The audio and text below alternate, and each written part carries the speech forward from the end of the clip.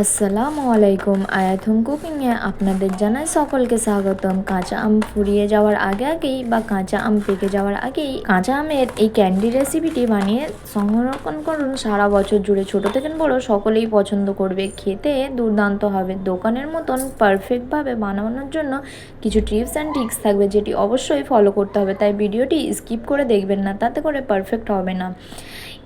এই কাঁচা আমের ক্যান্ডি বানানো খুবই সহজ, মাত্র কয়েক মিনিটেই বানিয়ে নিতে পারবেন সুন্দর এই কাঁচা আমের ক্যান্ডিটা। তবে চলো রেসিপিটি শুরু করা যাক। রেসিপিটি শুরু করার আগে অনুরোধ জানাই, প্রত্যেকবারের মতন রেসিপিটি ভালো লাগলে লাইক কমেন্ট শেয়ার করে যাবেন, আর যারা আমার চ্যানেলে নতুন চ্যানেলটিকে সাবস্ক্রাইব করে পাশে থাকার জন্য অনুরোধ জানাই। এবার চলো বেশি বকবক না করে রেসিপিটি শুরু করছি। এখানে আমি আম নিয়ে নিয়েছি। এখানে আপনারা যতটা পরিমাণ আম দিয়ে বানাতে চান ততটা পরিমাণে আম দিয়ে বানিয়ে নিতে পারেন। তবে এখানে আমি 500 গ্রাম মতন আম নিয়েছি। আমগুলোকে ভালোভাবে ছিলে নিচ্ছি। এখানে আমি আমগুলোকে ছিলে আমি ভালোভাবে ধুয়ে নিয়েছি। এবার আমগুলোকে আমি কেটে নেব।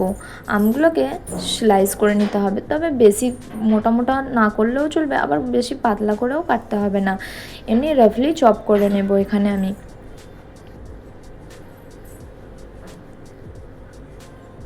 আমের একটু বীজ হয়ে গেছে, তাই এখানে কাটতে একটু অসুবিধা হচ্ছে। আমের আঁটি ছাড়া বা যখন আঁটি হয় না তখন এই রেসিপিটি বানালে বেশি ভালো হয়। তবে এই আম দিয়েও কোনো অসুবিধা হবে না, এইভাবে পারফেক্ট করে বানিয়ে নিতে পারেন। এবার আমগুলোকে আমি কেটে নিচ্ছি। আমগুলোকে কেটে আমের কুসুমটাকে বাদ দিয়ে দেব, আর আমের যে শক্ত অংশটা আছে সেই শক্ত অংশটাকে বাদ দিয়ে দিতে হবে, নাহলে পারফেক্ট হবে না। এই ছোট ছোট ট্রিক্সগুলো অবশ্যই ফলো করতে হবে। এখানে আমার সবগুলো আম কাটা হয়ে গেছে। এইভাবে করে আমি একটু বড় বড় সাইজ করে কুচো করে নিয়েছি। এবার একটি মিক্সি জার নিয়ে নিচ্ছি। মিক্সি জারের মধ্যে আমগুলো নিয়ে নেব। এখানে আমি সবগুলো আম একেবারে দিয়ে দিচ্ছি, তবে আপনারা চাইলে দুইবারে পেস্ট করে নিতে পারেন। দিয়ে দিচ্ছি 1 মুঠো পরিমাণ ফ্রেশ পুদিনা পাতা। আপনারা পুদিনা পাতাটা না থাকলে স্কিপও করতে পারেন। পুদিনা পাতাটা দেওয়ার কারণে খেতে ভালো লাগে আর ফ্লেভারটাও দারুণ আসে। এবার আমি 1 টেবিল চামচ পরিমাণ পানি দিয়ে এটিকে সুন্দর একটা পেস্ট বানিয়ে নেব। বেশি পানির ব্যবহার করবেন না। এই পর্যায়ে আমি এবার একটি বোল নিয়ে নিয়েছি, আর একটি স্ট্রেনারের সাহায্যে ভালোভাবে ছেঁকে নেব। যদি কোনো গোটা গোটা থাকে সেটি ছেঁকে বার করে দেব। গোটা গোটা থাকলে বা বড় বড় কোনো অংশ থাকলে সেটি থাকলে একদমই ক্যান্ডিটা ভালো হবে না, আর খেতেও ভালো লাগবে না। তাই সুন্দরভাবে ছেঁকে আমি পাল্পটা বার করে নেব।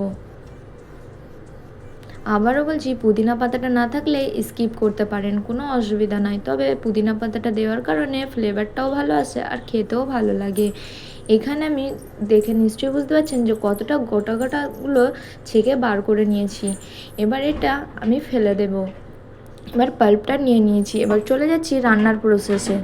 একটি কড়া বসিয়ে নিয়েছি। কড়ার মধ্যে এই মেজারিং কাপে আমি মাপ করে আমের পাল্পটা দিয়ে দেব। তবে আপনারা এই মেজারিং কাপ না অ্যাভেলেবেল থাকলে বাড়িতে যে কোনো বাটি বা কাপের মাপ করে নিতে হবে। এই প্রসেসটা অবশ্যই ফলো করতে হবে, নাহলে রেসিপিটি ভালো হবে না বা লজেন্সটা একদমই পারফেক্ট হবে না। এবার আমি কাপের মাপ করে এই 1 কাপ পরিমাণ দিয়ে দিচ্ছি। এখানে আমার সবটুকু পাল্প 1 কাপ পরিমাণ হয়েছে। এবার আমি আমের পাল্পটা কড়ার মধ্যে দিয়ে দেব। আপনারা যেই কাপের পরিমাণটা নেবেন সেই কাপের পরিমাণ করেই এখানে সবগুলো মেজারিং করতে হবে। এবার আমি আমের পাল্পটা কড়ার মধ্যে দিয়ে দিচ্ছি। এবার গ্যাসটা জ্বালিয়ে আমি ততক্ষণ পর্যন্ত অপেক্ষা করতে থাকবো যতক্ষণ পর্যন্ত না আমের পাল্পটা সুন্দরভাবে ফুটে আসে। তবে এখানে অনবরত নাড়তে হবে, নাহলে নিচে লেগে যাওয়ার সম্ভাবনা থাকবে, যেহেতু আমের পাল্পটা অনেকটাই গাঢ়। এখানে দেখে নিশ্চয়ই বুঝতে পারছেন যে সুন্দরভাবে ফুটে এসেছে। এই পর্যায়ে আমি দিয়ে দেব চিনি। এখানে চিনিটা কতটা দিতে হবে দেখে নিন। এখানে যতটা পরিমাণ আমি আমের পাল্পটা নিয়েছি ঠিক ততটা পরিমাণেই এখানে চিনিটা ব্যবহার করতে হবে। এবার চিনিটা আমি একেবারে দিয়ে দেবো না, অল্প অল্প দিতে থাকবো আর মিক্স করতে থাকবো। এইভাবে আমি এইভাবে 3 বারে বা 4 বারে আমি চিনিটা দিয়ে দিয়েছি। এবার চিনিটা দিয়ে সুন্দরভাবে মিক্স করে নিচ্ছি। এখানে চিনিটা দেওয়ার পরে আমের পাল্পটা পাতলা হয়ে যাবে, তবে ভয় করার কোনো প্রয়োজন নাই, কেননা এটা আবারও যখন জাল করতে থাকবো তখন ঘন হয়ে যাবে। এবার আমি অনবরত নাড়তে থাকবো যতক্ষণ পর্যন্ত না চিনিটা গলে যায় সম্পূর্ণ। এখানে আপনারা চাইলে লো টু মিডিয়াম ফ্লেমটা রেখে বানিয়ে নিতে পারেন, তবে আমি এখানে হাই ফ্লেমেই বানিয়ে নিচ্ছিলাম। এবার চিনিটা সুন্দরভাবে গলে আসলে এখানে আমি দিয়ে দেব বিট লবণ। এখানে আমি বিট লবণটা 1 চা চামচ পরিমাণ দিয়ে দিয়েছি। বিট লবণটা দিয়ে সুন্দরভাবে মিক্স করে নিতে হবে।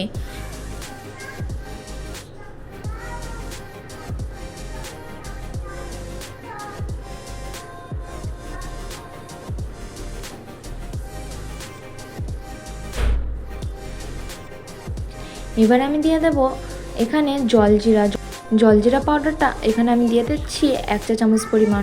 তবে এখানে জলজিরাটা অবশ্যই দেবেন যাতে খেতে একদম দোকানের মতন স্বাদ লাগে। জলজিরাটা আপনারা যে কোনো সুপার মার্কেটে পেয়ে যাবেন, আপনারা চাইলে অনলাইনেও অর্ডার করে নিতে পারেন। এবার সুন্দরভাবে আমি জাল করে নিচ্ছি। আপনারা চাইলে এই রকম কালার দিয়েও বানিয়ে নিতে পারেন, তবে আমি দেখতে যাতে একটু সুন্দর লাগে, যেহেতু আমি ভিডিও বানাচ্ছি, তাই এখানে আমি ফুড কালার ইউজ করছি। এখানে আমি অর্গ্যানিক ফুড কালারটা ইউজ করছি। এখানে আমি 2 থেকে 3 ফোঁটা মতন ফুড কালার দিয়ে দেবো। ফুড কালারটা একদমই অপশনাল, আপনারা চাইলে স্কিপও করতে পারেন। আমি এখানে যাতে দেখতে ভালো লাগে তাই ফুড কালারটা ইউজ করলাম। এবার ফুড কালারটা দিয়ে আমি জাল করে নেব।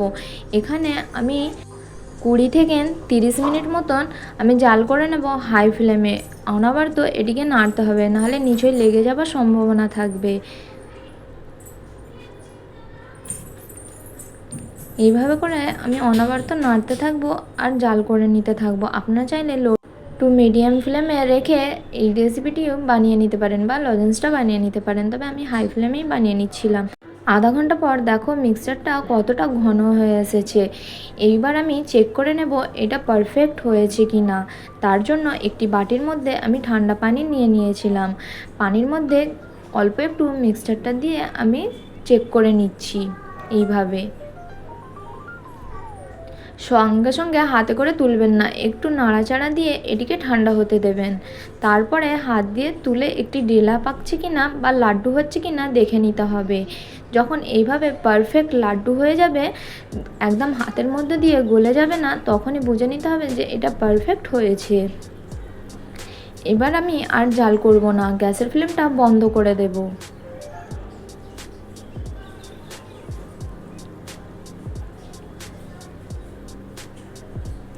এখানে আমি একটি চকলেটের মোল্ড নিয়েছি, সিলিকন মোল্ড।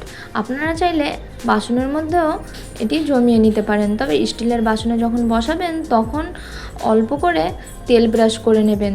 খেতে একই ধরনের হবে কিন্তু একে দেখতে একটু ভালো লাগবে না, তাই এখানে আমি সিলিকন মোল্ড ইউজ করে নিচ্ছি।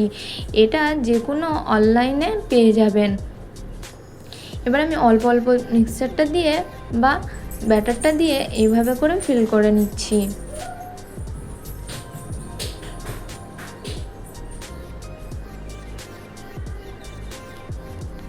এখানে আমি সবগুলো ভরে নিয়েছি, দেখে নিশ্চয়ই বুঝতে পারছেন। এবার আমি এইভাবে করে একটু ঠুকে নিচ্ছি যাতে করে ব্যাটারটা সম্পূর্ণ বা মিক্সচারটা সম্পূর্ণ ঢুকে যায়। এবার এটি আমি রেখে দেবো 1.5 ঘন্টার জন্য ঠান্ডা হতে। সম্পূর্ণ ঠান্ডা হয়ে গেলে এবার আমি ডিমোল্ড করে নেব। এটি যেহেতু সিলিকনের, ডিমোল্ড হতে খুব সহজেই হয়ে যায়। এখানে আমি বার করে নিচ্ছি, দেখে নিশ্চয়ই বুঝতে পারছেন যে কতটা সুন্দরভাবে বেরিয়ে আসছে আর ডিজাইনগুলো কতটা সুন্দর হয়েছে।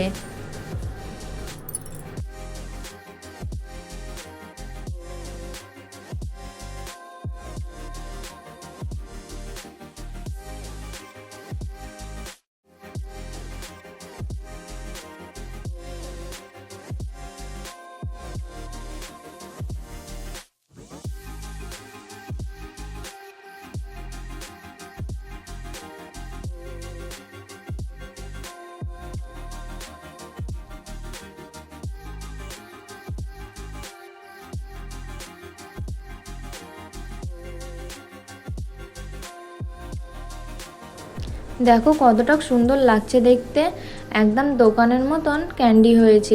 না বিশ্বাস হয় একবার বানিয়ে খেয়ে দেখতে পারেন।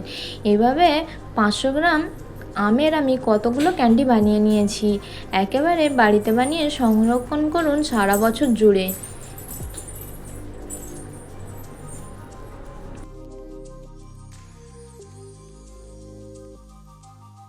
রেসিপিটি কেমন হলো অবশ্যই জানাতে ভুলবেন না। রেসিপিটি ভালো লাগলে প্লিজ লাইক কমেন্ট শেয়ার করে যাবেন, আর যারা আমার চ্যানেলে নতুন চ্যানেলটিকে সাবস্ক্রাইব করে পাশে থাকবেন।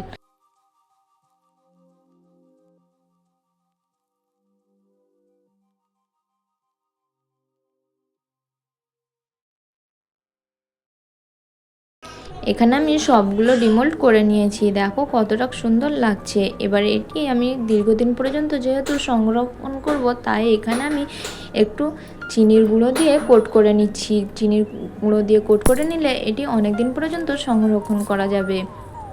এখানে আমি নর্মালি যে চিনিটা আমরা ইউজ করি বাড়িতে, সেই চিনিটাকে আমি পাউডার বানিয়ে নিয়েছি।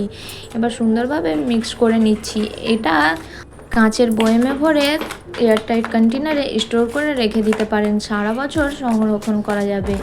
এবার আওয়াজ শুনে নিশ্চয়ই বুঝতে পারছেন যে দোকানের মতন হয়েছে কিনা। দেখো কতটা মটমটে হয়েছে।